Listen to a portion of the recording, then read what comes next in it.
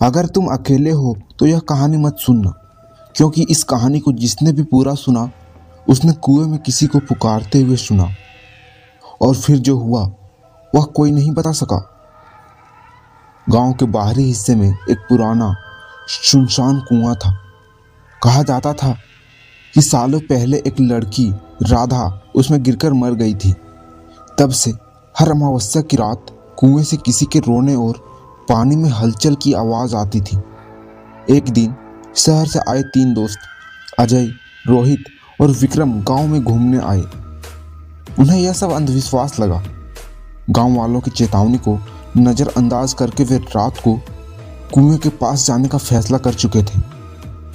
आधी रात में जब वे कुएं के पास पहुंचे तो हवा अजीब सी सिरहन पैदा कर रही थी। चारों ओर घना अंधेरा था, सिर्फ उनकी टॉर्च की हल्की रोशनी थी। जैसे ही उन्होंने कुएं में झांका, पानी एकदम शांत था। अजय ने मजाक में पत्थर फेंका। अचानक पानी में जोरदार हलचल हुई, जैसे कोई हाथ खींचने के लिए बाहर आ रहा हो। तभी रोहित को ऐसा लगा कि कोई उसके कंधे पर हाथ रख रहा है। डर से उसने पीछे देखा, लेकिन वहां कोई नहीं था।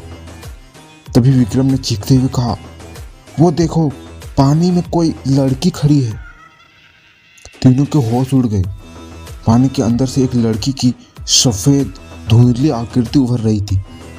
उसके बाल भींगे हुए थे, आंखें गहरी काली और चेहरा डरावना था। धीरे धीरे वह ऊपर उठने लगी। अजय घबराकर पीछे हटा, लेकिन तभी उसके पैर किसी चीज से उलझ गए और वह गिर पड़ा।